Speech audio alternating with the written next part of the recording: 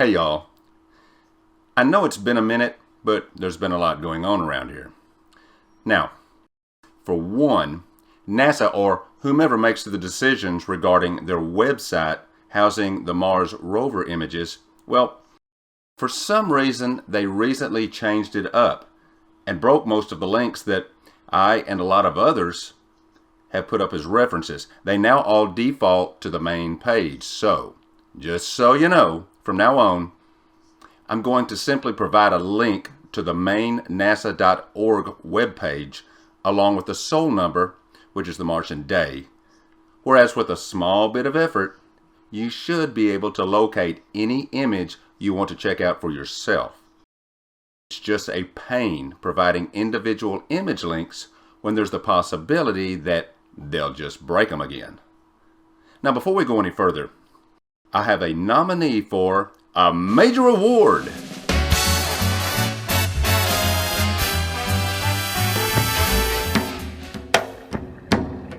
Hello and welcome to the really real Jimmy Roberts. Now, we're going to be taking a look at some pictures on Mars of incredible objects that are definitely not man-made. Now, I'd seen some people commenting saying, I've looked at these pictures of Mars and all I see is rocks. You poor ignorant dummy. If you can't tell a rock from a 67 Impala, I don't know what you're doing, dummy. Alright, now let's take a look at some of these amazing anomalies that I've discovered on Mars. Right there, a donut on the surface of Mars. And NASA is trying to tell us that there's no life up there, except there's obviously a Krispy Kreme right around the corner. Take a look at this object. Look at this, a sperm on the surface of Mars. How did a sperm get on the surface of Mars? NASA, anyone? And for anyone who doesn't believe that that is an image of a sperm on Mars, well, I think you should probably just go jump off a bridge and pray to God there's something hard for you to hit, retard. Because it's clearly a spaceman sperm planted by NASA to deceive us from the Illuminati. Well, would you look at that? Oh wait, sorry, that's just a rock. Moving on. Now, are you going to sit there and tell me that that's not a walrus? Because that's what NASA is trying to tell you, but anyone with eyes open can see there's clearly a walrus on the surface of Mars. Now see, this guy hasn't really been paying attention. We did, in fact, find a walrus on Mars. All you need is love, man. However, there wasn't enough of it going around on Mars to stop the genocide that took place. That's right. I said it because it's true. Now, many of you saw or heard about this recently, right? First, let's look at the New York Post's opening paragraph to this story. NASA's Mars 2020 mission will attempt to answer a number of questions about the red planet, and one of the most pressing is the search for life. Today, Mars is largely barren and dry. But things were a lot different billions of years ago. Whoa. Today, Mars is largely barren and dry, okay? Anyone remember this? What we're going to announce today is that Mars is not the dry, arid planet that we thought of in the past. Is anybody out there even paying attention anymore? Do any of us even know what to believe anymore? NASA Chief Scientist Jim Green says regarding finding life on Mars, I don't think we're prepared for the results. We're not. I've been worried about that because I think we're close to finding it and making some announcements. You know, I'm no longer going to try and figure out all the reasons for this charade. All I'm going to try to do here is show y'all that you're not being told the truth about Mars. Now, moving forward, as opposed to searching for anomalies, I really wish more researchers would try and understand the scene in these images and just drop the anomaly hunter thing altogether. The Curiosity rover has traversed over 20 miles, taken thousands of pictures, and there is a story here, folks. Loosen up, wisen up, and help us figure it out, man. So, we've returned to this location for a revisit. Now, you remember that area down there. It's full of lots of good stuff, but today we're going to stay up here, and this is a really important area, and we know a lot more about it now. So, the NASA and JPL folks named this spot Dingo Gap. There was some sort of Aussie fetish name game going on at the time, and oh, by the way, a big cheers to all of our Australian friends who follow the channel. There are many, many of you, and you are appreciated, mates. Okay, for the moment, I'm using this virtual panoramic viewer, and I left a link in the description if you'd like to try it out. But I'm doing this to help everyone at first, try to sort of get a feel for the area.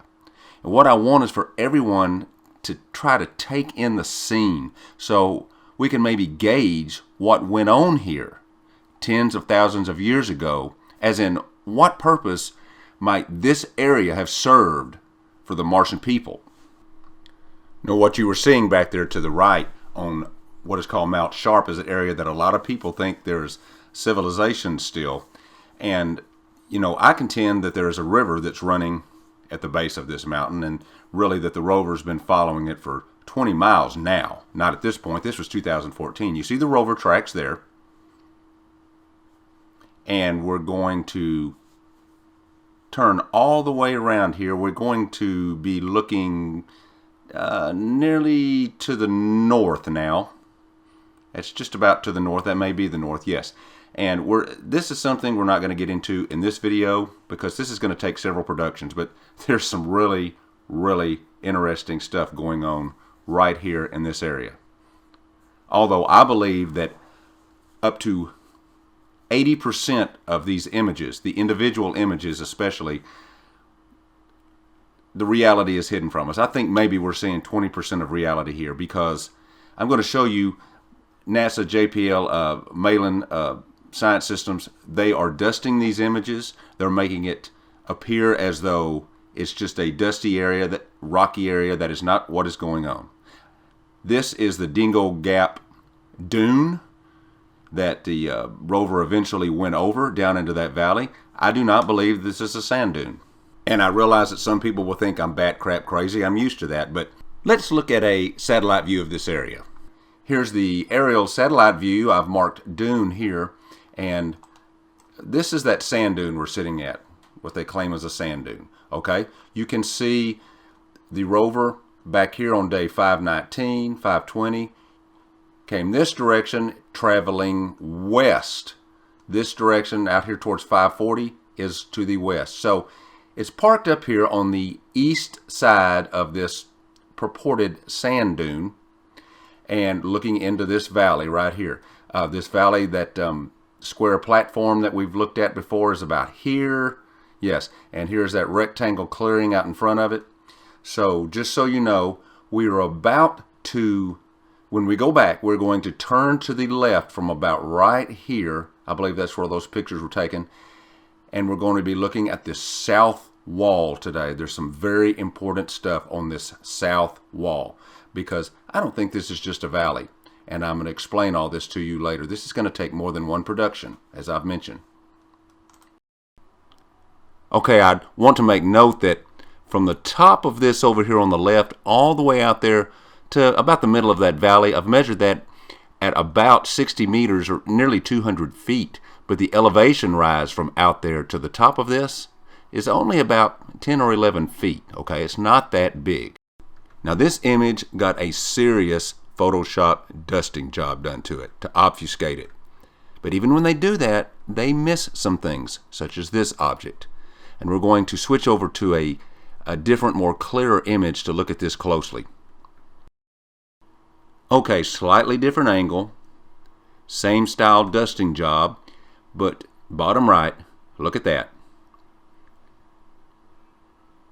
Do you see that? I believe there's at least 3 of these on here. 2 of them have been covered in this hardened material. Well, this one is not. Now, they should have hidden that. And if you think this is just a trick of light, we've got it in full stereoscopic 3D. It is not. You'll see it at the end of this production. No, I understand. Everything just looks kind of like it's red and sandy, dusty. Now, there is a lot of that there, but not as much as what they're making us think. I think some of these objects, some of this material is actually metal. I want you to look at the tops of them. Now, we could really get in depth and I could show you how I know this, but the faces of these, the tops or faces of these, this is all Photoshop job, every one of those.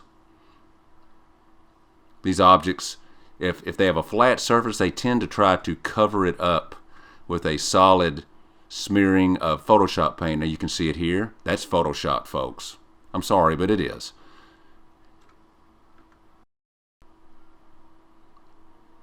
And on this area, it's just kind of a light dusting that they do. And it just kind of makes everything blend in and look rockish. You know, make Simon Dan happy. Folks, these aren't rocks.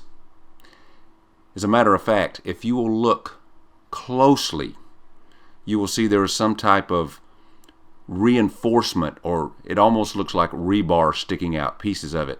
And a lot of them are placed, you know, strategically, evenly.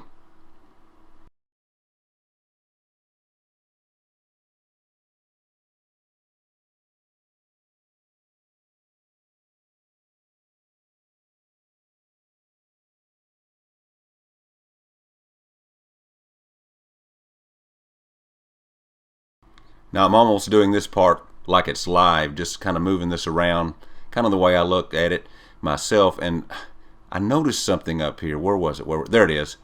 What is that? Almost looks like a radioactive sign, doesn't it?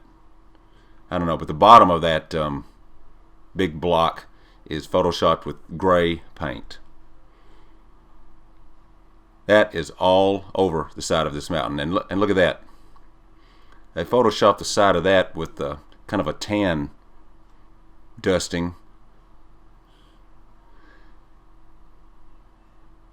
But if you look closely, you will also notice a lot of motif, you know, design, and what appears to be inscription. That is all heavily worked with Photoshop. I would really like to see what's under that, wouldn't you?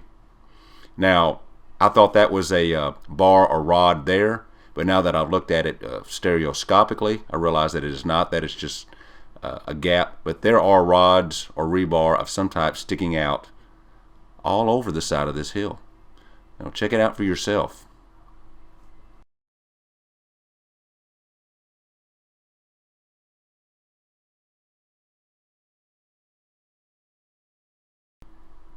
And what's up with that, man? I think that's pretty cool. I think there's some motif left on this, actually. You look up there along the top. I put a little contrast on it here to kind of bring that out so we could see it, especially on that top edge. Look at that, man. And does anybody else see this? I mean, hey, my mind just may be making up things here, but, you know, I don't know. And what's this? I think this is really nice. And we have these objects, the one you just saw and this one, in stereoscopic 3D at the end of this film. Make sure you check it out. Look at that. There's too much of this for it to be an accident. We know it's not an accident. We know this is there. We're just trying to show you the evidence that they have left for us to see, even with it being heavily doctored. Now, I want to put a little contrast on this. Oh, we've already done that. I'm sorry. Yes, I believe that's probably inscription across the middle of that. We found a lot that's a lot clearer than this, but I believe this may be. Now, yes, again, we are doing this one a little different than we have the others, but I want to see if we can all get a little bit better feel of this area by doing it this way. And I want to show you somewhere that I was wrong. in size determination of something. See these tracks back here? Well, imagine the rover pulled up those tracks and took a picture there, looking across there, down over into that valley. And it picks up on all of these objects right here, even those to the left, picks up on these objects from that angle sitting back to the left where those tracks were. Because it did take some pictures from there, and here is one of them. I sort of misidentified these objects as maybe being support columns for walls. Now, I do think they're artificial, but they're way too small for that. Okay, this is one of those places we get fooled, but hey, I know better now. Okay, this is a navigational camera shot, and I took a measurement here using the 2 navigational cameras, and that's 0.55 meters, that's 55 centimeters, or about 21.5 inches. A little over 1.5 feet, sorry. But hey, check this out. Mastcam image of the same object, and I told you they rub these things out whenever they think we may be confused with something. Well, guess what? I'm confused anyway. There are marks on that object. I can easily see them. It's not a trick of light. We have this in stereoscopic 3D at the end. I want you to compare the two. If you really look, this is just about the same angle. Mastcam shot on the left, navcam shot on the right. You can see where they have rubbed out the markings. Now, I've talked before about how the navcam and hascam images are of grayscale and lower quality. Therefore, a lot of times you can find things in there that they just left. They figured, hey, nobody's going to make anything out of this anyway, and they don't spend the time on those. I do not believe that they spend on the Mastcam images. Okay, look, y'all, this is starting to run a little long, so we're going to go ahead and move into the stereoscopic section. However, we have a whole lot more to look at here in this area. Probably at least 2 more productions. We'll see you next time. It'll be soon, I promise.